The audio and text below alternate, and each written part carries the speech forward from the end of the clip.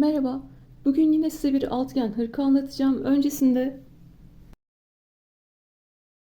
BİM'den aldığım iplerle yaptığım bir altıgen hırka vardı. 2 bölüm halinde sizlerle paylaşmıştım.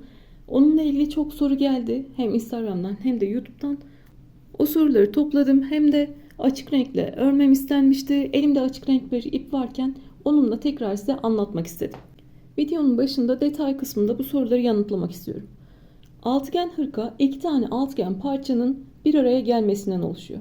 3 bölüme ayırabiliriz. Birinci bölümde altıgen parçalar hazırlıyoruz ve kolu ayırıyoruz. İkinci bölümde beden genişletme yapıp parçaları birleştiriyoruz. Üçüncü bölümde de boyunu uzatıp kollarını uzatıp lastik geçiyoruz ve hırkayı bitiriyoruz.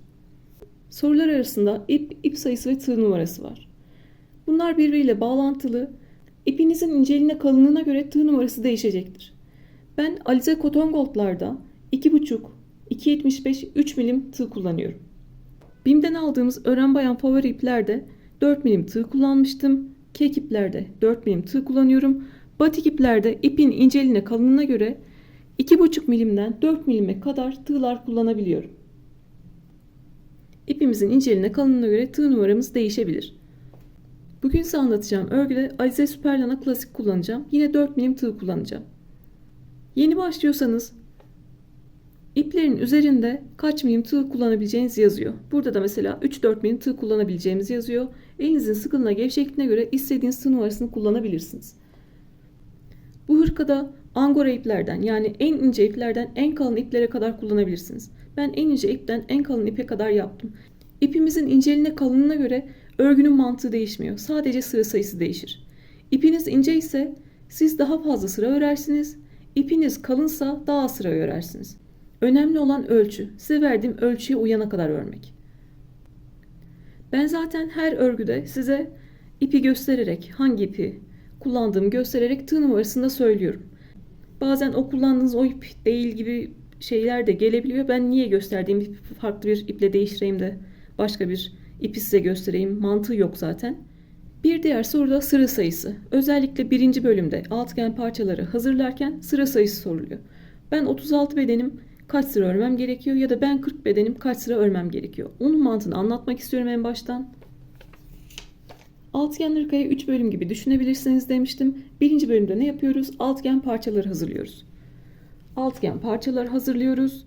Herhangi bir kenarını ikiye katlıyoruz ve böylece kolumuzu oluşturmuş oluyoruz. Birinci aşamamız bu. Burada beden önemli değil aslında. Ben bu altıgen parçalarda sıra sayısını neye göre örüyorum? Kol boşluğunu ayarlamaya göre örüyorum. Benim burada kol boşluğum en az 21-22 santim olmalı. O yüzden sıra sayısı önemli değil. En az 21-22 santime ulaşana kadar örüyorum. Bu bende buradaki ipte 18 sıraydı. Buradaki ipte 20 sıra oldu. Burada 18 sırada 22 santime ulaştım. Burada 20 sırada 22 santime ulaştım. Sizin ipiniz daha ince ise belki 22-24 sırada ulaşacaksınız. Ya da kalınsa 18 sırada ulaşacaksınız. O yüzden sıra sayısı önemli değil. 2'ye katlıyorsunuz. Buradan buraya 22 santim oluyorsa o zaman 21-22 santim oluyorsa o zaman örmeyi bırakıyorsunuz. Verdiğim ölçüden daha küçük yaparsanız ne olur? O zaman kolumuzda kasma olur. Kötü bir görüntü olur. Sökmek zorunda kalırız. Onu istemiyoruz. Yetişkin bir bedene göre 21-22 santim yeterli. Daha büyük yaparsanız ne olur? O zaman da salaş bir hırka elde etmiş olursunuz. Ben burada birebir bedenimize göre yaptım. Onda da salaş bir örgü elde edersiniz. Onun da fotoğrafını bulup takip ettiğim insanlardan yapanlar varsa onlardan eklemeye çalışırım. İsimlerini de eklerim. Fazla sıra sayısı yapmanızda sorun yok. Önemli olan daha az sıra sayısı yapıp kasma yapmamanız. Şöyle de göstermek istiyorum. 20 sıra ördüm ve 20 sıranın sonunda 22 santim kol boşluğuna ulaşmış oldum. Bu benim için yeterli. Daha salaş yapmak istersem sıra sayısını artırabilirim. Size BİM ipleriyle anlattığım hırkada büyük beden. Yine kolunu 22 santim yaptım. 22 santim yeterli geldi. Beden genişliği 61 santimdi. Siz daha büyük yapacaksınız mesela. O zaman ne yapıyorsunuz? Bu altıgen parçayı ördünüz. İkiye katladınız bir kenarını ve kolu oluşturdunuz. Ben kendimde yaptığımda da ne yapıyorum? Kendim yapacaksam buradan iki köşeden iple ya da ilmek belirleyiciyle birbirine tutturuyorum. Kolumu geçiriyorum. Bakıyorum kol kasmıyorsa o noktada örmeyi bırakıyorum. Artık kolu büyütmüyorum. Ama siz giydiniz, kolunuza geçirdiniz ve kasma yapıyor. Kolunuz koltuk altından kasma yapıyor. Siz o zaman örmeye devam ediyorsunuz. Ya da başka bir yöntemle siz kolunuza geçirerek yapmak istemediniz. Sizin severek kullandığınız bir hırka varsa, mesela hırkanız bu diyelim, severek giydiğiniz bir hırka. Onu aşağı koydunuz. Üzerine yerleştirdiniz. Bu şekilde kolu aynı oluyorsa size yeterlidir. Gördüğünüz gibi zaten benim aşağıdaki de 22 santimdi. Buradaki de 22 santim birebir denk geldi, görüyorsunuz. Sizin kendi hırkanız daha büyük kaldıysa aynı ölçüye gelene kadar örüyorsunuz. Tüm örgülerde söylüyorum zaten, çocuklara göre soruyorsunuz mesela bedenini. Özellikle çocuklarda her yaş aynı değil. Benim mesela büyük oğlum ince uzundu küçükken, küçük oğlum da böyle daha derli toplu, aynı yaşta, aynı kiloda, aynı boyda olmuyorlar. O yüzden birebir cevap veremiyorum küçük çocuklarda. Çocuğun da hırkasını koyuyorsunuz, ölçüyorsunuz, aynı ölçülerde olduysa örmeyi bırakıyorsunuz. Sonrasında beden genişletmeye geçiyorsunuz. En garanti yöntem kendi örgümüze göre ya da çocuğumuzun örgüsüne göre hareket etmek. Ama siz yapıp satacaksanız benim size verdiğim yetişkin beden ölçü tablosuna göre örüyorsunuz. Yine salaş istemiyorsanız, böyle üstümüze oturan bir hırka yapmak istiyorsanız kolları yine 21-22 santim yapıyorsunuz. Salaş bir örgü örmek istiyorsanız, salaş yapmak istiyorsanız koldaki sıra sayısını artırabilirsiniz. Altgen parçalardaki sıra sayısını artırabilirsiniz. Diğer bir soru, çok sorulan soru, altgen parçayı böyle katladığımda yamuk duruyor. O yamuk durmasının sebebi de buradaki trabzan tepelerin açılmamış olması. Örgü ördükten sonra köşelerden böyle açıyoruz trabzan tepelerini. Alt kenarı da açtım. Yine istediğim bir kenarı ikiye katlıyorum ve kolumu oluşturuyorum. Trabzan tepelerini açarak böylece altgen parçamızı da düzleştirmiş oluyoruz. Sizde de parçanızda herhangi bir kasma varsa böyle trabzan tepelerini açarak onu düzleştirebilirsiniz. Buraya kadar anlattıklarım altgen parçayla alakalı.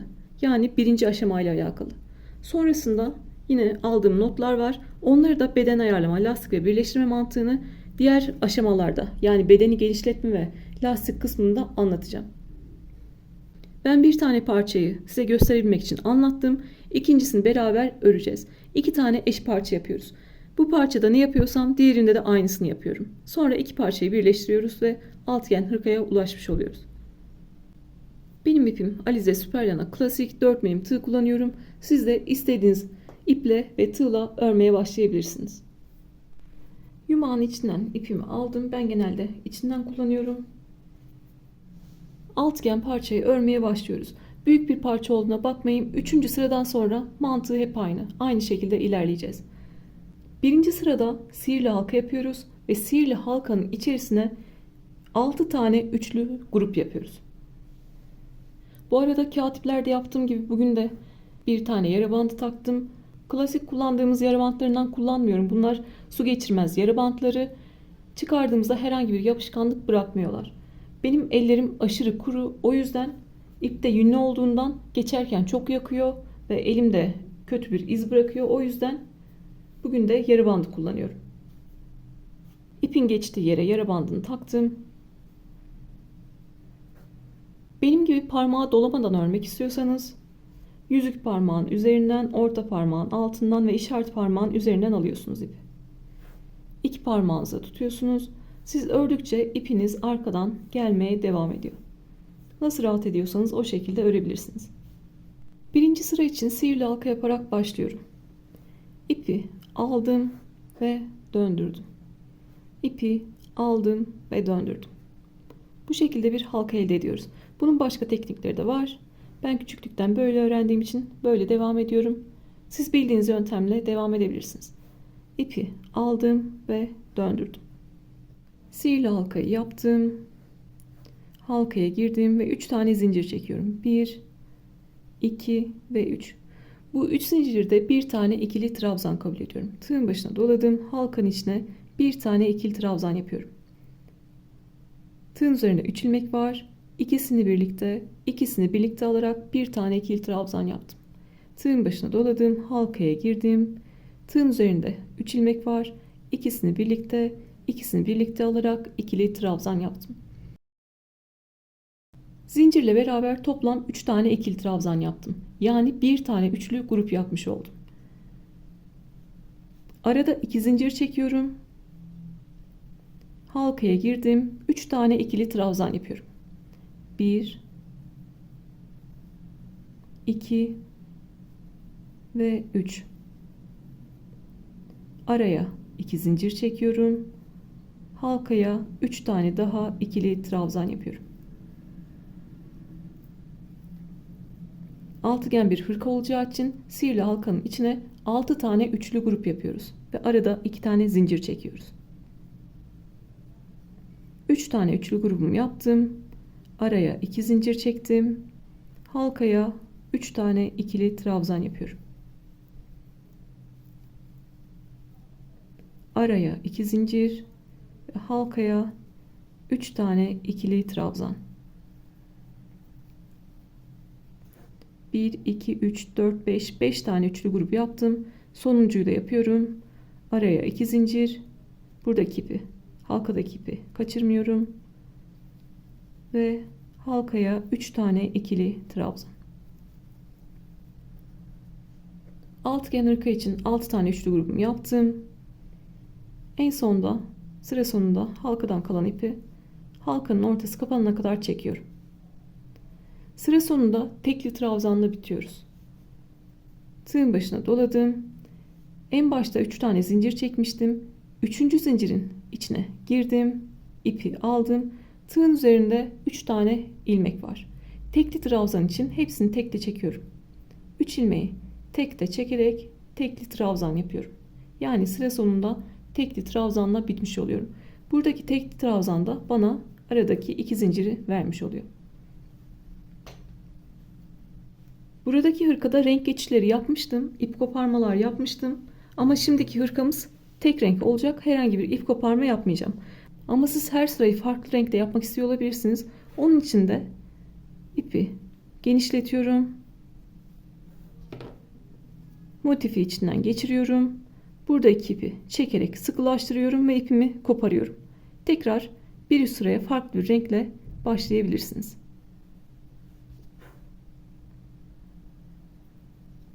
Biz şimdi aynı renkle devam ediyoruz. İkinci sıraya geçiyorum.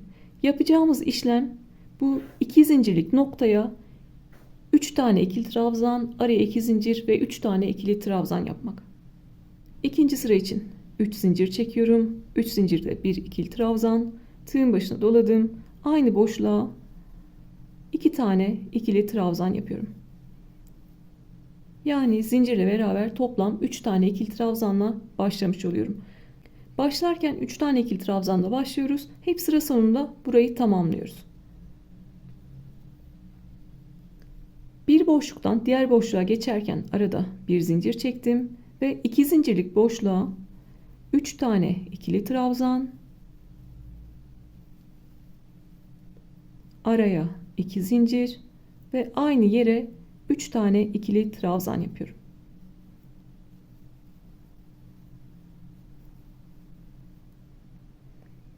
Bir diğer boşluğa geçerken arada bir zincir ve 2 zincirlik boşluğa 3 tane ikili trabzan, arada 2 zincir ve 3 tane ikili trabzan yapıyorum.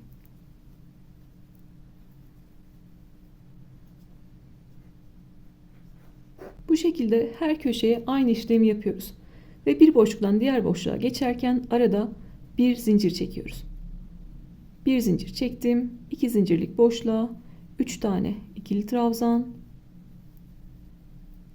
araya 2 zincir ve 3 tane ikili trabzan yapıyorum. Üçüncü sıradan sonra modelin kendisini tekrar ettiğini söylemiştim. O yüzden bu 3 sırayı baştan sona anlatmak istiyorum. Sonrasında zaten tekrar bölümleriyle iyice mantığı oturmuş olacak.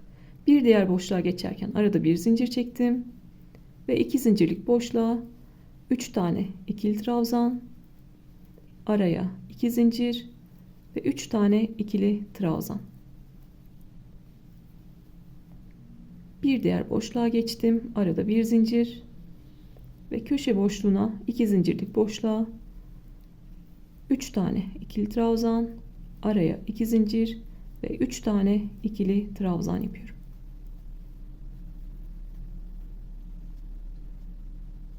Başlarken 3 tane ikili trabzanla başlamıştık. Sıra sonunda burayı da tamamlıyorum. Bir diğer boşluğa geçerken arada bir zincir ve buraya da 3 tane ikili trabzan yaparak bu köşeyi de tamamlıyorum.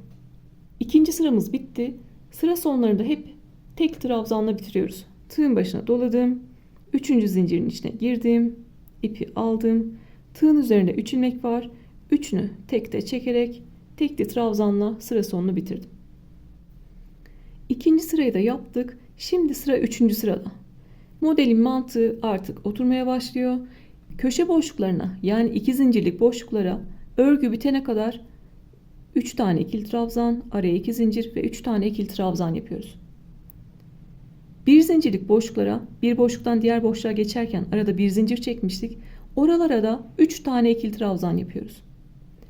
Bir zincirlik boşluklar 3 tane ikili trabzan için, 2 zincirlik boşluklar köşe boşlukları 3 tane ikili trabzan, araya 2 zincir ve 3 tane ikili trabzan için. Bu 3. sıradan sonra model kendisini tekrar ediyor. 10 sırada örseniz, 100 sırada örseniz aynı mantıkla devam edeceksiniz. 3. sıraya da yine 3 tane zincirle başladım. Tığın başına doladım. Aynı boşluğa 2 tane ikili trabzan yapıyorum. Zincirle beraber 3 tane ikili trabzanı yapmış oldum. Sıra başında 3 tane ikili trabzanla başlıyoruz. Köşeyi en son sıra sonunda tamamlıyoruz.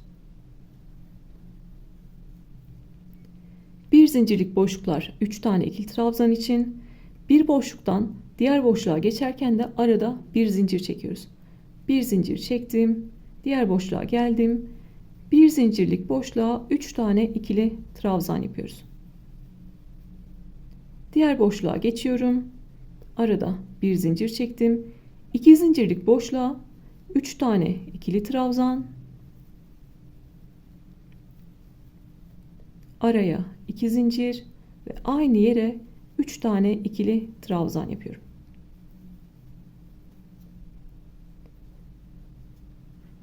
İki zincirlik boşluklar benim köşe boşluğum. Bir zincirlik boşluğa 3 tane ikili trabzan yapıyorum. 2 zincirlik boşluğa da köşeyi yapıyorum. Bir diğer boşluğa geçerken arada bir zincir ve bir zincirlik boşluğa 3 tane ikili trabzan. Arada bir zincir ve köşe boşluğuna 2 zincirlik boşluğa 3 tane ikili trabzan, araya 2 zincir ve 3 tane ikili trabzan yapıyorum. Yeni başlayanlar rahatça anlayabilsin diye özellikle tekrarlıyorum bazı yerleri. Siz biliyorsanız hızlandırarak geçebilirsiniz. Arada bir zincir ve bir zincirlik boşluğa 3 tane ikili trabzan. Arada bir zincir ve 2 zincirlik boşluğa yani köşe boşluğuna 3 tane ikili trabzan, araya 2 zincir ve 3 tane ikili trabzan yapıyorum. Bu şekilde sıra sonuna kadar devam ediyoruz. Bir boşluktan diğer boşluğa geçerken arada bir zincir çekiyoruz. Aşağıdaki bir zincirlik boşluklar 3 tane ikili trabzan için, 2 zincirlik boşluklar köşe boşlukları 3 tane ikili trabzan, araya 2 zincir ve 3 tane ikili trabzan için. Bu şekilde sıra sonuna kadar gelelim. Sıra sonunda yine bu köşeyi beraber tamamlayalım. 3. sırada sıra sonuna kadar geldim. Arada bir zincir çektim en son ve köşeye 3 tane ikili trabzan yaparak bu köşeyi de tamamlıyorum. Artık 4. sıraya geçeceğim. Onun için tek trabzanla bitiyorum. Tığın başına doladım. 3. zincire girdim. Tığın üzerinde 3 ilmek var. 3'ünü tekte çekerek 3. sırayı da bitirmiş oldum. Siz dediğim gibi ip değiştirme yapacaksanız, ipinizi koparacaksanız ipinizi böyle halka yaparsınız. Motifi içinden geçirir. Buradaki ipi sıkılaştırırsınız ve ipinizi yeteri kadar kesersiniz. Sonra o ipleri gizlersiniz. Biz aynı renkle devam ediyoruz. Birinci sırada sihirli halkanın içine 6 tane üçlü grup yaptık. Arada 2 zincir çektik. İkinci sırada 2 zincirlerin içine 3 tane ikili trabzan, araya 2 zincir ve 3 tane ikili trabzan yaptık. Ve bir boşluktan diğerine atlarken arada 1 zincir çektik.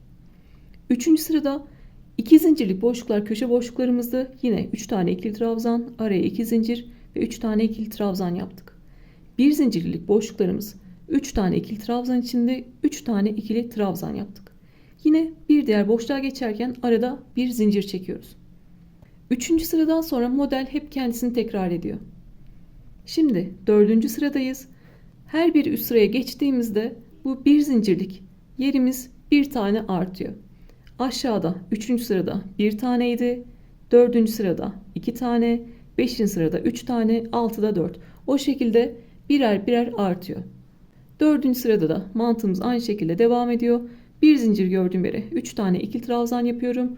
2 zincir gördüğüm yere 3 tane ikili trabzan, araya 2 zincir ve 3 tane ikili trabzan yapıyorum. Bu sırayı da size göstereyim. Sonrasında zaten mantığı aynı. Yeteri kadar sonrasında motifimizi büyütelim. 4. sıra içinde 3 tane zincirle başlıyorum. Bunda bir ikili trabzan kabul ettim. Aynı boşluğa 2 tane daha ikili trabzan yapıyorum. Yine 3 tane ikili trabzanla başladık. Araya bir zincir çektim ve bir zincirlik boşluğa 3 tane ikili trabzan yapıyorum. Bir zincir gördüğüm yere 3 tane ikili trabzan yapıyorum.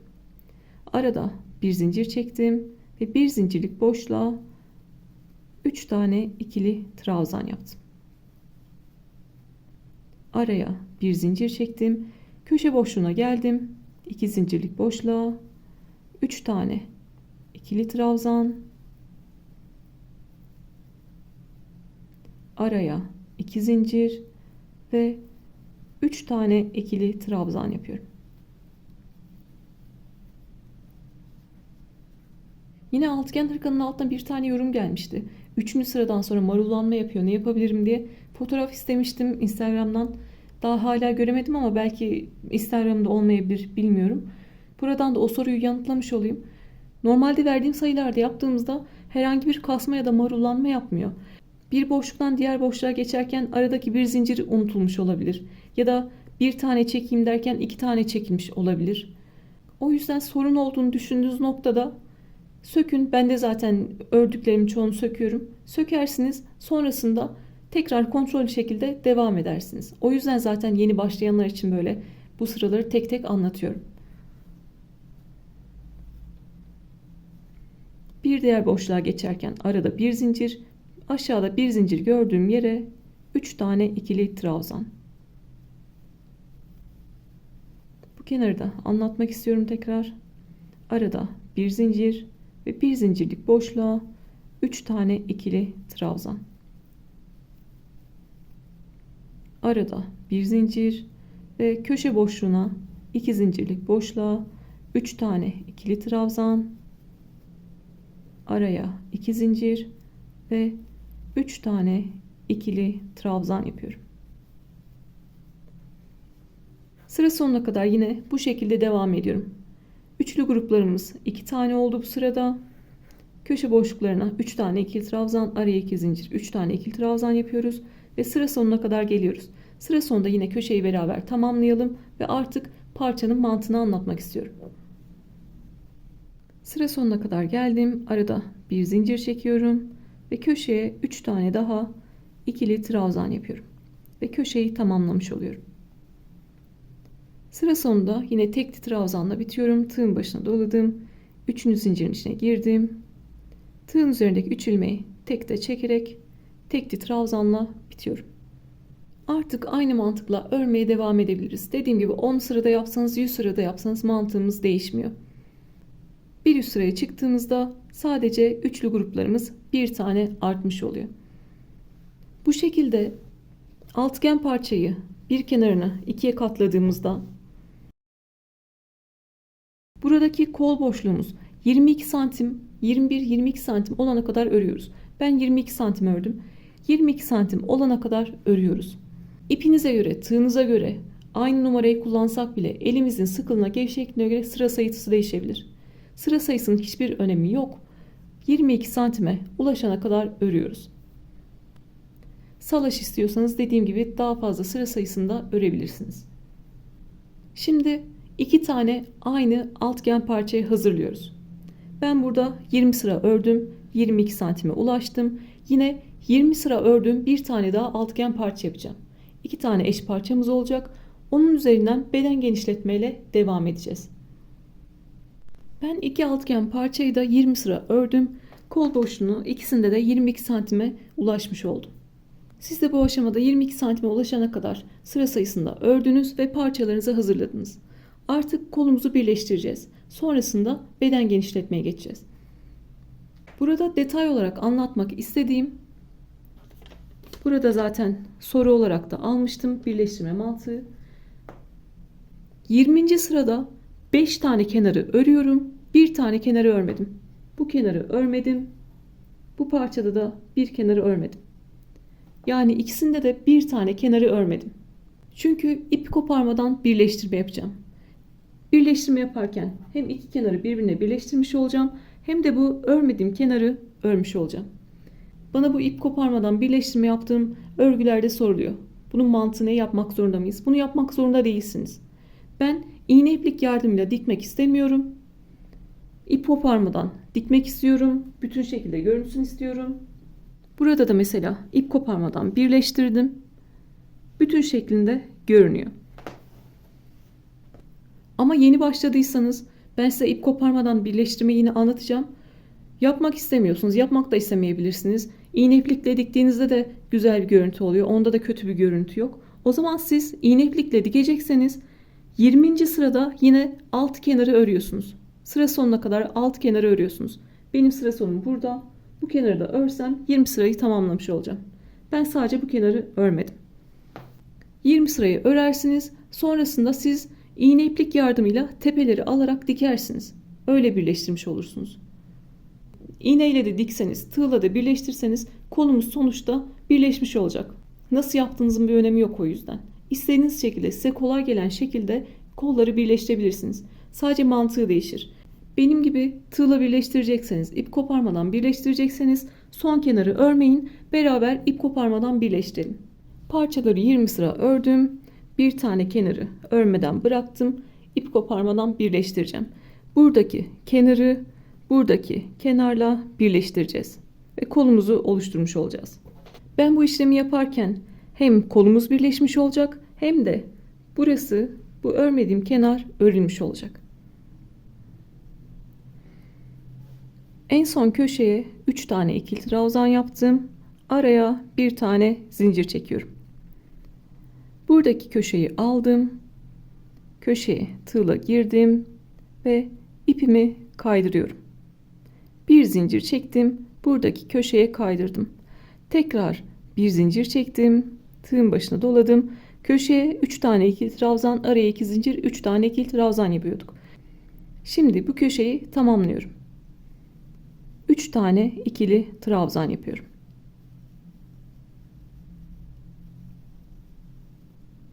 Buradaki köşeye kaydırdım. Bir zincir çektim ve buraya 3 tane ikili trabzan yaparak bu köşeyi tamamlamış oldum.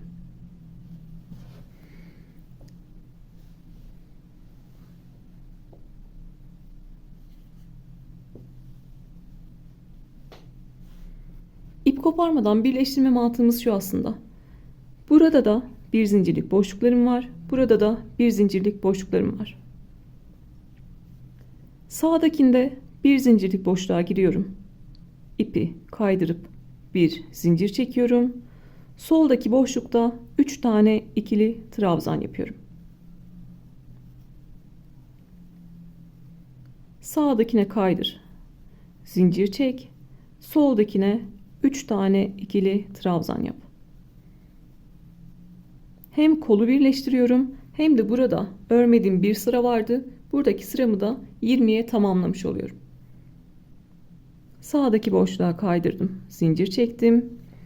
Soldaki boşluğa 3 tane ikili trabzan yaptım.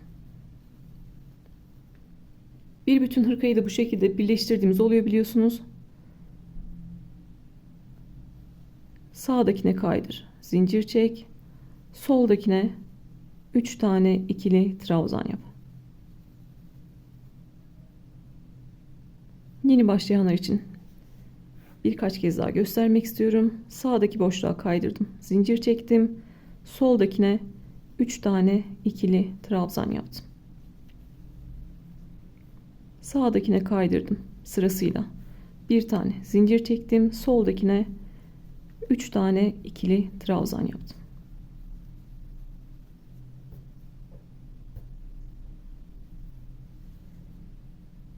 Sağdakine kaydır. Zincir çek. Soldakine 3 tane ikili trabzan yap.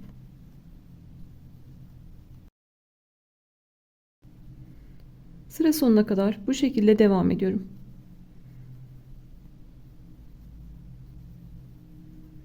Sağdakine kaydır. Zincir çek. Soldakine 3 tane ikili trabzan yap.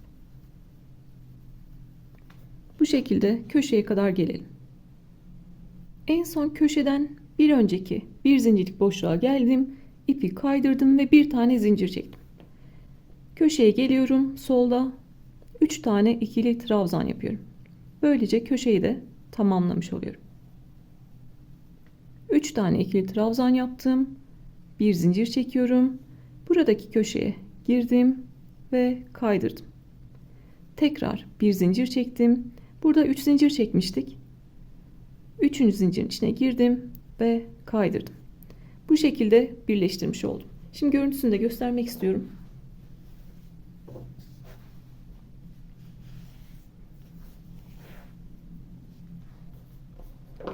Gördüğünüz gibi tüm üçlü gruplar denk gelmiş oldu.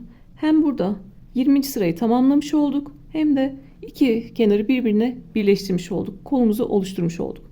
Şimdi siz benim gibi ip koparmadan birleştirmeyecekseniz diğer parçada göstermek istiyorum. Buradaki iki kenarda birbirine eşit. İkisi de 20 sıralı. Siz iğne iplik yardımıyla dikiyorsanız alt kenarı da 20 sıra örüyorsunuz ya da 22 santime ulaşana kadar kaç sıra örüyorsanız örüyorsunuz. Sonrasında iğneyle dikmeye başlıyorsunuz. Köşelerde 2 tane zincirimiz var. Birinci zinciri bırakıyorum. İkinci zincirden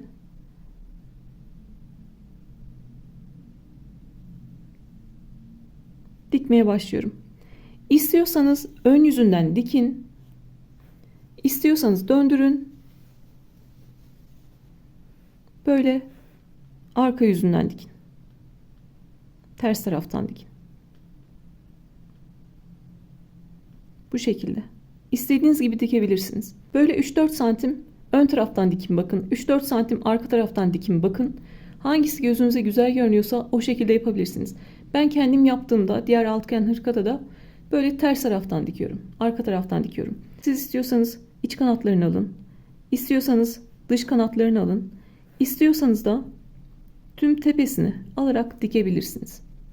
Dediğim gibi 3-4 santim böyle dikerek devam edin. Hangisinin görüntüsü size hoş geliyorsa o şekilde devam edebilirsiniz. Şimdi ister tığ ile birleştirdik, ister iğne ile diktik. Buraya kadar geldik. Önemli olan birleştirmek. Nasıl birleştirdiğimizin bir önemi yok. Buraya kadar geldik. Buradan sonrası artık kol örme. Kol örmeyi sonra göstereceğim için burada bir zincir çekip burada ipimi yeteri kadar uzatıp koparabilirim. Ya da sizin yumağınız yeterliyse, yeterli sayıda yumağınız varsa ipinizi burada bırakın. Sonra orada beden genişletmeden sonra, boyun uzatmadan sonra burada kolunu örmeye başlayabilirsiniz. Buradaki ip size beden genişletmede rahatsızlık veriyorsa dediğim gibi bir zincir çekin ve ipi yeteri kadar bırakıp burada kesebilirsiniz. Bir parçada kolu birleştirdik. Şimdi diğer parçada da aynı işlemi tekrarlıyoruz. Yeni başlayanlar için tekrar göstermek istiyorum. Köşede en son 3 tane ikili trabzan yaptık. Bu kenarı örmemiştik. Birleştirirken orayı da örüyoruz. Bir tane zincir çektim. Bu köşeyi alıyorum ve ipimi kaydırıyorum. Tekrar bir zincir çektim ve köşeye 3 tane ikili trabzan yapıyorum. Köşeyi de böylelikle tamamlamış oluyorum. Önüme bu şekilde aldım. Birleştirmenin mantığı: sağdaki boşluğa gir, kaydır ve zincir çek. Soldaki boşluğa 3 tane ikili trabzan yap. Sağdakine kaydır, zincir çek. Soldakine 3 tane ikili trabzan yap. Sağdakine kaydır, zincir çek. Soldakine 3 tane ikili trabzan yap. Bu şekilde yine devam ediyoruz. Sıra sonuna kadar geldim. Köşeye 3 tane ikili trabzan yapıyorum. Bir tane zincir çektim ve buradaki köşeye kaydırıyorum ve tekrar bir zincir çekiyorum. Burada başlarken 3 zincir çekmiştik. 3. zincirin içine kaydırarak bitirdim.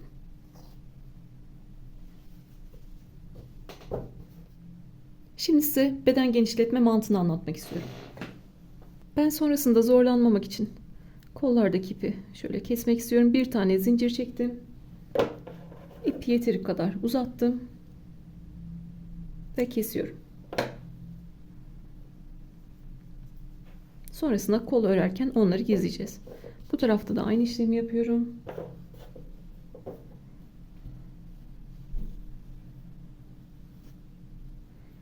Bir tane zincir çekmişim burada. İpi yeteri kadar uzattım ve kesiyorum.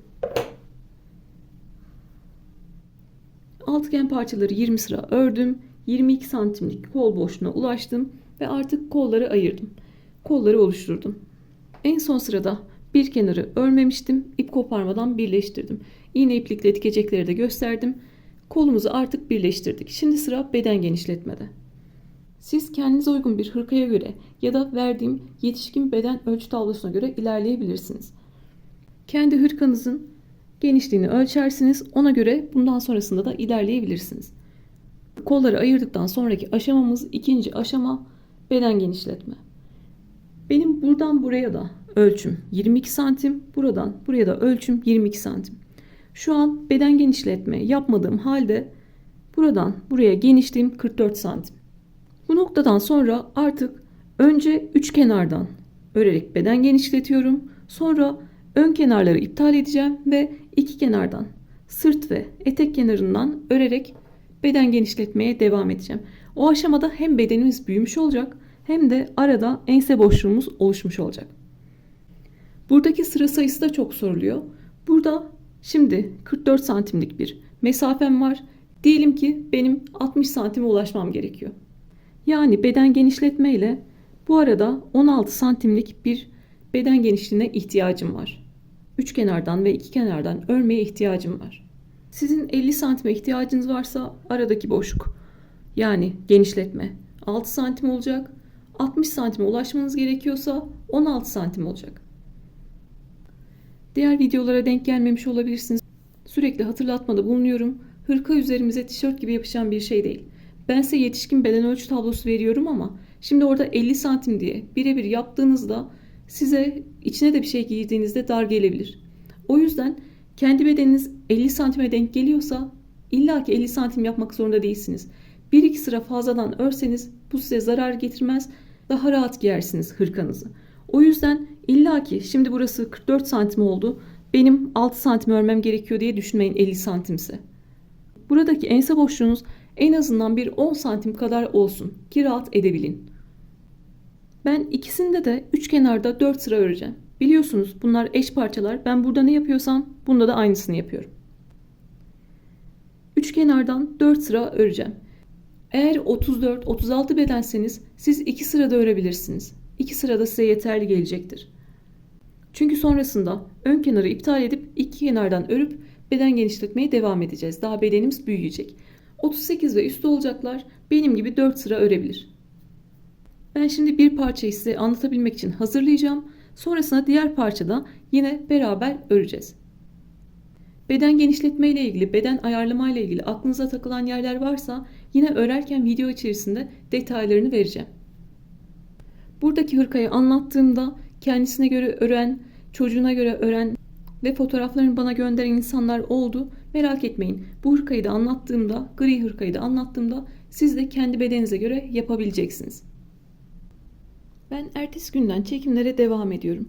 En son altıgen parçaları hazırlamıştık ve kolları birleştirmiştik. İster tığ ile ister iğne ile birleştiriyoruz. Sonra ben videoyu kapattıktan sonra önce üç kenardan sonra iki kenardan beden genişletme yaptım. Burada genişletilmemiş hali var, burada genişletilmiş hali var. Gördüğünüz gibi beden genişletmeyle hem bedenimiz büyüyor hem de bedenimizin boyu da uzamış oluyor. Hırkamızın boyu da uzamış oluyor. Önce 4 sıra 1, 2 ve 3 kenardan yani ön kenardan, etekten ve sırttan 4 sıra ördüm.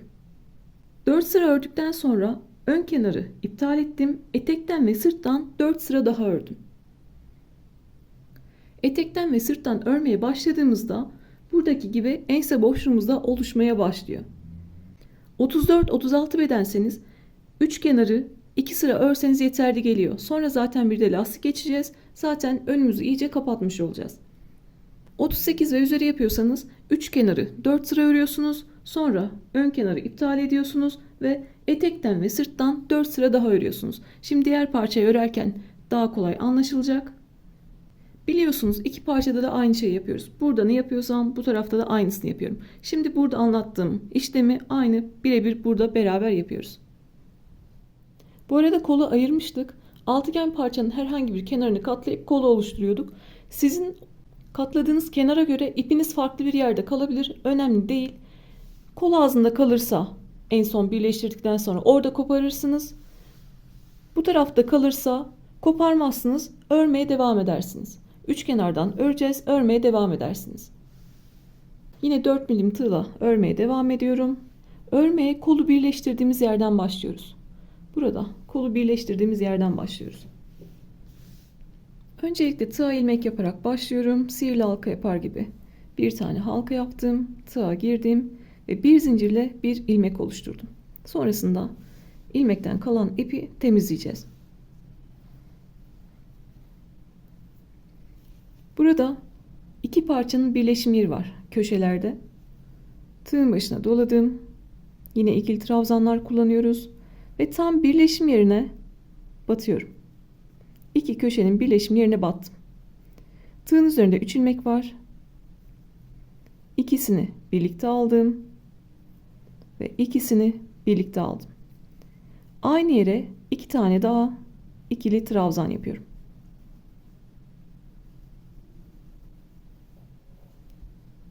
Beden genişletmeye köşelerin birleşim yerinden başladık. Örme mantığımız değişmiyor. Bir diğer boşluğa geçerken arada bir zincir çekiyoruz. Bir zincirlik boşluklara 3 tane ikili trabzan yapıyoruz. Köşelere 3 tane ikili trabzan, araya 2 zincir ve 3 tane ikili trabzan yapıyoruz ve yine aynı şekilde devam ediyoruz. Bu üç kenarı aynı şekilde örerek dolanıyoruz.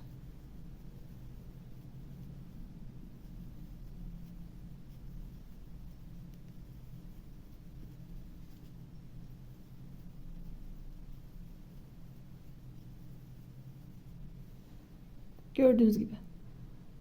Üç kenarı dolanalım. En son sıra sonuna gelelim. Buradan başladık. Bu kenarı ördük. Köşeyi yaptık. Örmeye devam ediyoruz. Etek kenarını da ördük. Köşeyi yaptık. Ve en son sırtı da örüyoruz. Ve sıra sonuna kadar geliyoruz. Sıra sonuna gelelim. Bir üst sıraya çıkalım. İki köşenin birleşim yerinden başlamıştık. Bu şekilde bu kenarı ördük. Eteği ördük ve yukarı doğru çıktık ve sıra sonuna kadar geldik. Sıra sonunda en başta yaptığımız ikili trabzanın tepesine kaydırıyorum. Bu şekilde sıra sonumuzu yapmış oluyoruz. Burada döne döne öreceğiz. O yüzden buradaki boşluğa gelmem gerekiyor. İkinci trabzanın üzerine kaydırdım. Üçüncü trabzanın üzerine kaydırdım ve tekrar boşluğa kaydırdım. Buradan örmeye devam ediyoruz. 1, 2, 3 zincir çekiyorum. Bunda bir ikili trabzan kabul ediyorum. Aynı yere 2 tane daha ikili trabzan yapıyorum. 3 tane ikili trabzan yaptık. Araya bir zincir çektim ve bir zincir boşluğa 3 tane ikili trabzan yaptım. Dediğim gibi örme mantığımız değişmiyor.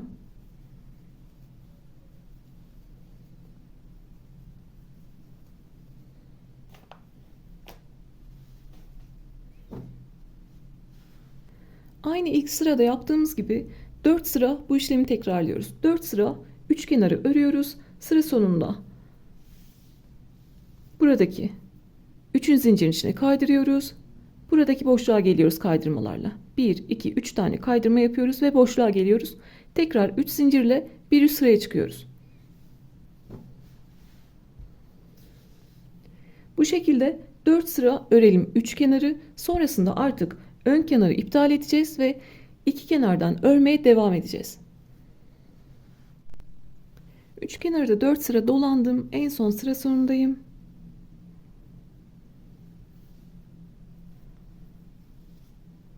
Arada bir zincir çektim. Buradaki zinciri bırakıyorum. İlk trabzanın tepesine geldim, kaydırdım ve bir zincir çekip ipimi koparıyorum. Diğerinde de aynı işlemi yapmıştım. Bu benim önceden hazırladığım parça, size anlatmak için. Bu da beraber ördüğümüz parça. 4 sıra üç kenarı dolandık. 34-36 bedenseniz 2 sırada yeterli gelecektir. En son ipimizi orada kopardık. Bu aşamada karar vereceğimiz şey, ilk parçayı yaptığımızda ben bu kenarı iptal ettim. Burası benim üzerime giydiğimde sağ gelecek parçam. Sağ tarafında kalacak parçam. Sonrasında etekte ve sırtta örmeye devam ettim. Siz de şimdi ilk parçanızı yaptınız. Burası ön kenar olsun, burayı iptal edeyim derseniz burası sizin giydiğinizde solunuza gelecek.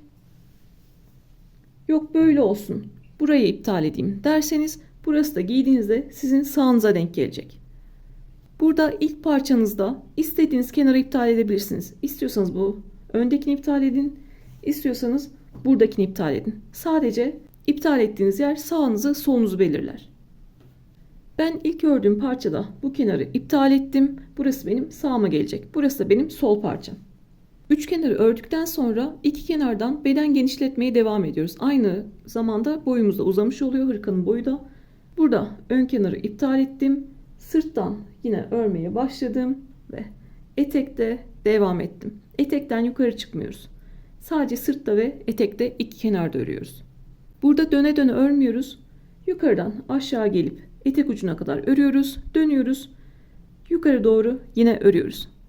Yukarıdan eteğe, etekten yukarı kadar örüyoruz. Ben örgülerde genelde elimdeki parçada mantığını anlatıyorum. Sonra ördüğümüzde pekişmiş oluyor. Şimdi bu kenarı iptal ettim. Etekten ve sırttan öreceğim. Burada bu parçada ördüğümde sırttan başlamıştım örmeye. Sırttan eteğe kadar geldim. Düz yüzünde örmek istedim çünkü. Burada da yine düz yüzünde başlamak istiyorum. Bu sefer de etekten başlıyorum. Sığa ilmek yaparak başlıyorum. Etek ucundan. Diğer parçada sırttan başlamıştım. Burada etek ucundan başlıyorum. Düz örmek istediğim için. Örgünün düz yüzünden başlamak istediğim için. 2 zincirlik boşluğa geldim. Tığın üzerinde 3 ilmek var. İkisini birlikte aldım ve ikisini birlikte aldım. Tekrar aynı yere 2 tane daha ikili trabzan yapıyorum. Ve ipimi arada gizliyorum. 3 tane ikili trabzanla başladık. Burada yukarı devam etmeyeceğimiz için, bir kenarı iptal ettiğimiz için sadece 3 tane ikili trabzanla başlıyoruz. Sonra bir zincir çektim. Bir diğer boşluğa geldim. 3 tane ikili trabzan yapıyorum. Arada bir zincir ve bir zincirlik boşluğa 3 tane ikili trabzan.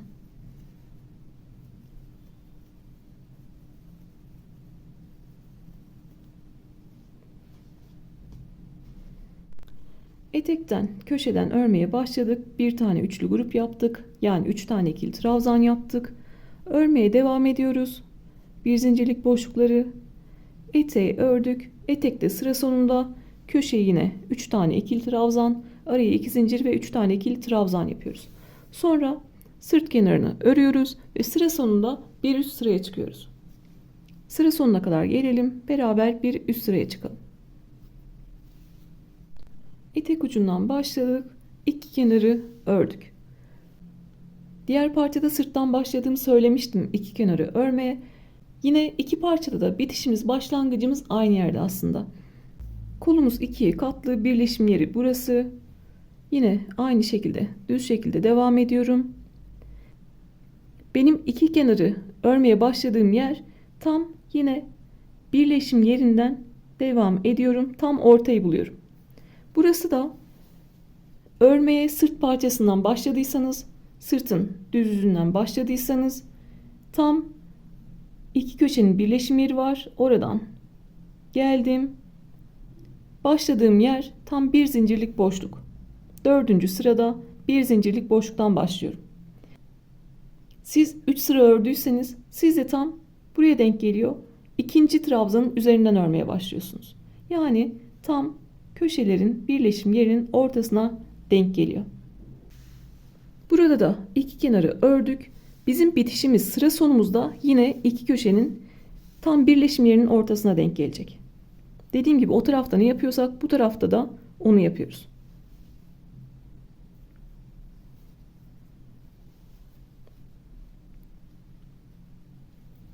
İki köşenin birleşim yeri burası. Buradan yukarı doğru geldim. Yine bir zincirlik boşlukta sıra sonumu yapıyorum. Araya bir zincir çektim. Burada sadece bir tane ikili trabzan yapıyorum. Sonrasına devam etmiyorum. Çünkü öbür tarafa geçmek istemiyorum. Bir tane ikili trabzan yaptım ve bir üst sıraya çıkıyorum. Burası da aynı şekilde devam ediyor. Burada da bir tane ikili trabzanla başlamıştım. Bir tane ikili trabzanla başladım. Araya bir zincir çektim. 3 tane ikili trabzan yaparak devam ettim. Bir parçada başlarken sırtta öyle başlıyorsunuz. Bu tarafta da biterken sırtta bir tane ikili trabzanla bitiyorsunuz. Bir üst sıraya çıkmak için 1, 2, 3 tane zincir çektim. Örgüyü döndürdüm. Döne döne örmüyoruz artık. Örgünün bir ön yüzünden örüyoruz, bir de düz yüzünden örüyoruz. Tığın başına doladığım aynı yere 2 tane ikili trabzan yaptım. Yani bir üçlü grupla başlamış oldum. Araya bir zincir, bir zincirlik boşluğa 3 tane ikili trabzan.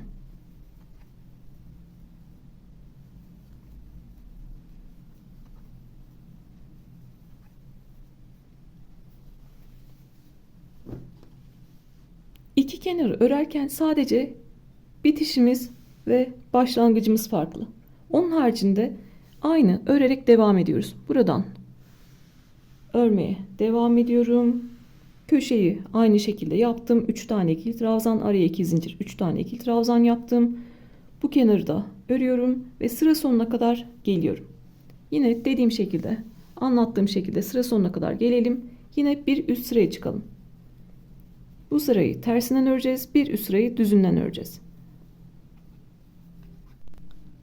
İkinci sıraya sırtta başladım ve eteğe kadar ördüm. Etekte son boşluğa da 3 tane ikili trabzan yaptım. Araya bir zincir çekiyorum. Burada yukarı çıkmak istemediğimiz için, ön kenarı örmek istemediğimiz için 3. ikili trabzanın tepesine geldim. Bir tane ikili trabzan yapıyorum. Bir üst sıraya çıkmak için tekrar 1, 2, 3 zincir çekiyorum. Döndüm. Ve buradaki boşluğa 2 tane daha ikili trabzan yapıyorum. Yani yine 3 tane ikili trabzanla başlıyorum. 3. sırayı da ön yüzle örerek devam ediyoruz. Bu sefer de etekten sırta kadar çıkacağız. Aynı şekilde örüyoruz.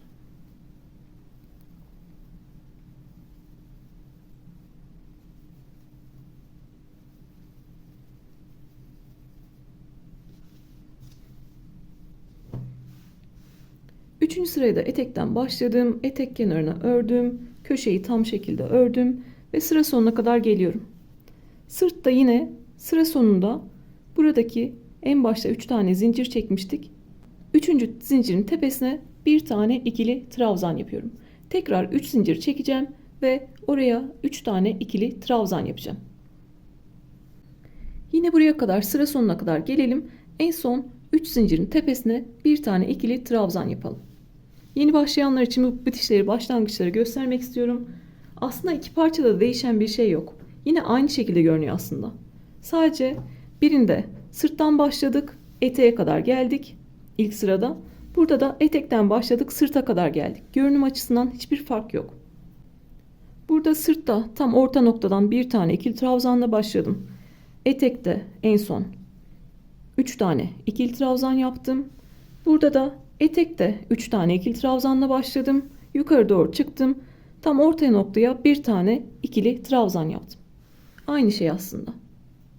Sadece yönümüz farklı. Onu da düz şekilde örmek istediğim için. İlk sıralar hep düz tarafta başlasın istediğim için. Sıra sonuna kadar geldim. En son arada bir zincir çektim ve 3. zincirin içine girdim. Bir tane ikili trabzan yaptım. Bu şekilde 3. sırayı da bitirmiş oldum. Tekrar 4. sıraya başlıyorum. 3 tane zincir çektim. Örgümü döndürdüm ve ters yüzde bir sıra daha örüyorum.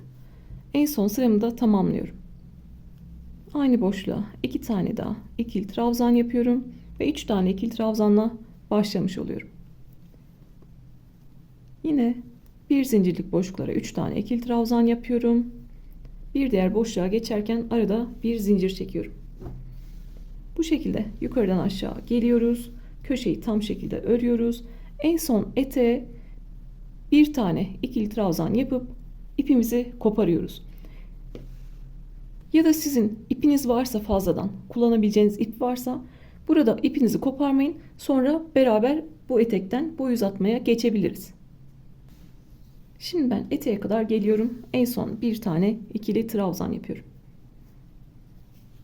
4. sırada da sıra sonuna geldim ve etekte 3. zincirin içine bir tane ikili trabzan yaptım. Ve artık beden genişletmemi bitirdim. 4. sırayı da bitirdim. Burada ipimi kesmiyorum ki sonra boy uzatmada devam edebileyim. Aldığım sorular vardı biliyorsunuz.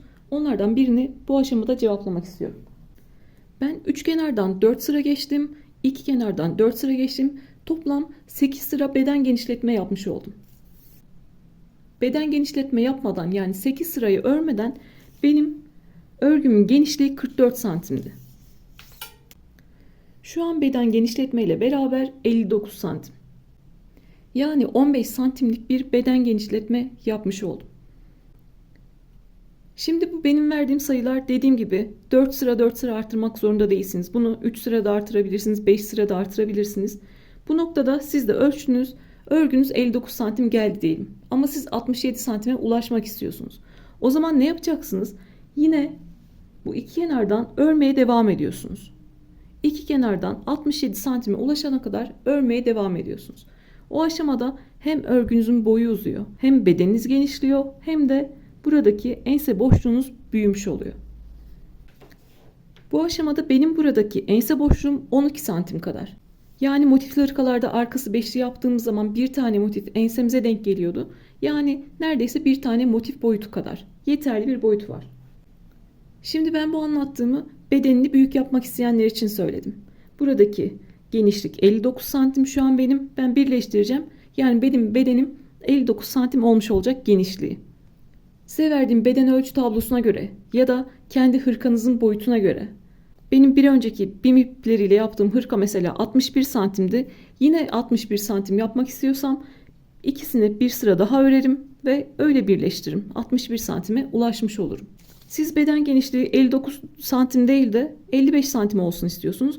O zaman siz beden genişliğini daha az istiyorsanız o zaman bir sıra daha az örebilirsiniz. Yani bu beden genişletmedeki sıra sayısını çoğaltarak ya da azaltarak kendi bedeninize göre ayarlama yapabilirsiniz. Ama şunu unutmuyoruz. Hırka üzerimize yapışan bir şey değil. Bizi bunaltmamalı. İçimizde zaten başka kıyafetler de olacak. Üzerimize giydiğimizde bizi bunaltmayacak bir ölçüde olmalı. İlla ki M beden orada 50 santim yazıyor diye 50 santim yapmak zorunda değiliz. Ben yine kendime yaptığımda bu aşamada ne yapıyorum? Buradan köşeden bir iple tutturuyorum. Yukarıdan iple tutturuyorum. Ortadan da bir iple tutturuyorum. Yani sırtı dikmeden birleştirmiş oluyorum aslında. Bir prova yapıyorum. Sırtıma geçiriyorum. Kasmıyorsa o aşamada dikerek ya da tığla birleştirerek iki parçayı birleştiriyorum. Siz de aynı şeyi kendinize yapabilirsiniz ya da çocuğunuzda yapabilirsiniz. 3 noktadan ya da 4 noktadan sırttan iplerle bağlayın. Sonrasında üzerinize geçirin. Uygun geliyorsa o noktada birleştirebilirsiniz. Bim ipleriyle ördüğüm hırkada ben ip koparmadan birleştirmiştim. Orada ip koparmadan birleştirmeyi gösterdim. Ama yeni başlayanlar diyor ki bunun bir mantığı var mı? İlla ki böyle yapmak zorunda mıyız? Değiliz. O yüzden yine iki tarafta da eşit şekilde ördüm. Bu sefer yeni başlayanlar için ya da iğne iplik yardımıyla dikmek isteyenler için yukarıdan aşağıya doğru dikerek birleştireceğim. Kolda zaten ip koparmadan birleştirmeyi göstermiştim. Bu sefer de iğne iplik yardımıyla dikmek isteyenler için yukarıdan aşağıya doğru birleştireceğim. İğne iplikle birleştireceğim. Siz yine ip koparmadan birleştirmek istiyorsanız, buradaki bu görüntüye ulaşmak istiyorsanız bim ipleriyle ördüğüm hırkaya bakabilirsiniz. Ben de buradaki hırkada ip koparmadan birleştirmeyi kolda göstermiş olayım. İğne iplikle dikmeyi sırtta göstermiş olayım. Etekteki ipimiz duruyor. Sırttaki ipimizi yeteri kadar keseceğiz ve yukarıdan aşağıya doğru birleştireceğiz.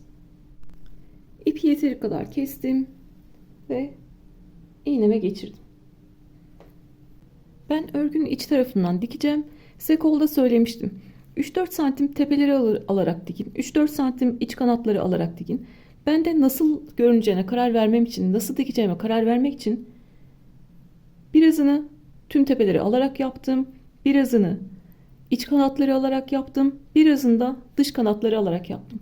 Şimdi örgünün düz yüzünde hangisi daha güzel görünüyorsa o şekilde dikmeye devam edeceğim. Burada tüm tepeleri aldığımda diktiğim ip görünüyor. Onu istemiyorum. Burada iç kanatları aldığımda burada bir boşluk görünüyor. Onu da istemiyorum. Diğer altıgen hırkada iç kanatları almıştım. Orada çok güzel görünmüştü. Orada güzel görünen şey burada gözüme güzel görünmedi. Burada dış kanatlarını aldım. Sanki birebir. Sanki kolda yaptığım gibi. Aynı şekilde, karşılıklı şekilde görünüyor. O yüzden hepsini sökeceğim. Dış kanatlarını alarak bir bütün hırkayı dikeceğim. Yukarıdan aşağıya kadar dikeceğim. Size kolda anlatmak istediğim de buydu aslında. Deneme yaptığım yeri söktüm. Şimdi dış kanatlardan dikmeye başlıyorum. Burada zaten ipim duruyor. İç kanat dış kanat neydi? Bizim zincirlerin ve trabzanların V gibi görünen tepeleri var. Örgünün iç yüzünde kalan kanat iç kanat, dışında kalan kanat dış kanat. İki tane kanadı var V gibi. Burası iç kanat, örgünün iç yüzünde. Burası dış kanat, örgünün dış yüzünde. Ve zaten bütün sayılarımız eşit. Karşılıklı almaya dikkat edeceğiz. Burada birinci trabzanın dış kanadı, burada da birinci trabzanın dış kanadı. Yukarıdan dikmeye başladım. Çok böyle kasmıyorum. İpimi çok çekiştirmiyorum. İkinci trabzanın dış kanadı, ikinci trabzanın dış kanadı. Üçüncü trabzanın dış kanadı, üçüncü trabzanın dış kanadı. Sonrasında zincirler var. Zincirin dış kanadı, zincirin dış kanadı. Bir iki tane daha göstermek istiyorum. Sonrasında üçlü gruplara geldik. Birinci trabzanın dış kanadı, ikinci trabzanın dış kanadı ve üçüncü trabzanın dış kanadı. Sonrasında tekrar zincir. Burada karşılıklı olmasına dikkat edelim. kaydırmayalım ki düzgün görünsün. Örgünün iç yüzünden böyle dikiyoruz. Örgünün dışından da böyle görünüyor. Karşılıklı tüm gruplar eşit şekilde görünüyor. Yukarıdan aşağıya doğru dış kanatları alarak dikiyorum. En son köşelerde birinci zincirlerin de dış kanatlarını alıyorum ve ipimi koparıyorum. Yukarıdan aşağıya kadar geleyim. En son ipimizi beraber koparalım.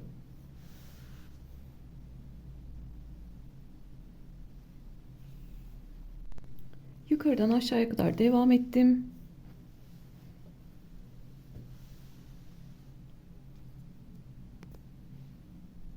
En son etekte köşelerdeki birinci zincirleri de aldım. Tekrar aynı birinci zincirlerden giriyorum. Ben ipimi sökmüştüm, o yüzden böyle kıvrık duruyor. Sizde daha düzgün olacaktır. Böyle en son halkadan ipimi geçiriyorum ve ipi burada sıkılıyorum. Sonrasında ipi yeteri kadar kesiyorum. Ördüğümüzde ipi de gizlemiş olacağız. Birleştirme yerimiz de bu şekilde görünüyor. Karşılıklı trabzanları ve zincirleri kaydırmazsak düzgün şekilde bir bütün şekilde görünüyor. Normalde ben kendim yapsaydım yine ip koparmadan birleştirirdim. Dediğim gibi Instagram'dan da sorular geliyor. Bizim küçükken öğretmenlere dediğimiz gibi hani bunu sonrasında kullanabilecek miyiz? Yapmasak olur mu? Başka bir yöntemi var mı? Diye sorular geliyor. İğne iplikle de dikebilirsiniz. Maksat birleştirmek zaten. O yüzden iğne iplikle de dikebilirsiniz. İğne iplikle dikmek en bilinen yöntem. Benim amacım ip koparmadan birleştirmeyi göstermek. Bunu hırkalarda, battaniyelerde, yeleklerde, berelerde, aklınıza gelebilecek her türlü örgüde kullanabileceğiniz için ben bir örgünün içinde ne kadar fazla teknik gösterebilirsem benim için o kadar iyi. Sırtı birleştirdiğim aşamada birinci bölümü bitirmek istiyorum. Çünkü video muhtemelen 1 saati aşmış olacak. Hem benim telefonum kapasitesi el vermiyor, hem de çok fazla uzun oluyor. Yüklenmesi çok uzun sürüyor. İkinci bölümde etekte kalmıştık. İpimizi koparmamıştık. Oradan boy uzatması yaparız kollardan. Boy uzatması yaparız. Lastik geçeriz ve örgümüzü bitiririz. Aynı bim ipleriyle yaptığımız hırkada olduğu gibi ikinci bölümde bu işlemlerimizi yapar ve hırkamızı bitiririz. Birinci bölümde bana gelen soruları yanıtladım. Altıgen parçaları hazırladık. Sonrasında üç kenardan ve iki kenardan beden büyütme yaptık. Sonrasında yukarıdan aşağıya doğru birleştirdik. İster tığ ile birleştirin, ister iğne ile dikerek birleştirin ve bu bölümümüzü bitirdik. Elimden geldiğince anlatmaya çalıştım. Aklınıza takılan başka sorular olursa YouTube'dan ya da Instagram'dan sorabilirsiniz. İkinci bölümde görüşmek üzere. Kendinize iyi bakın.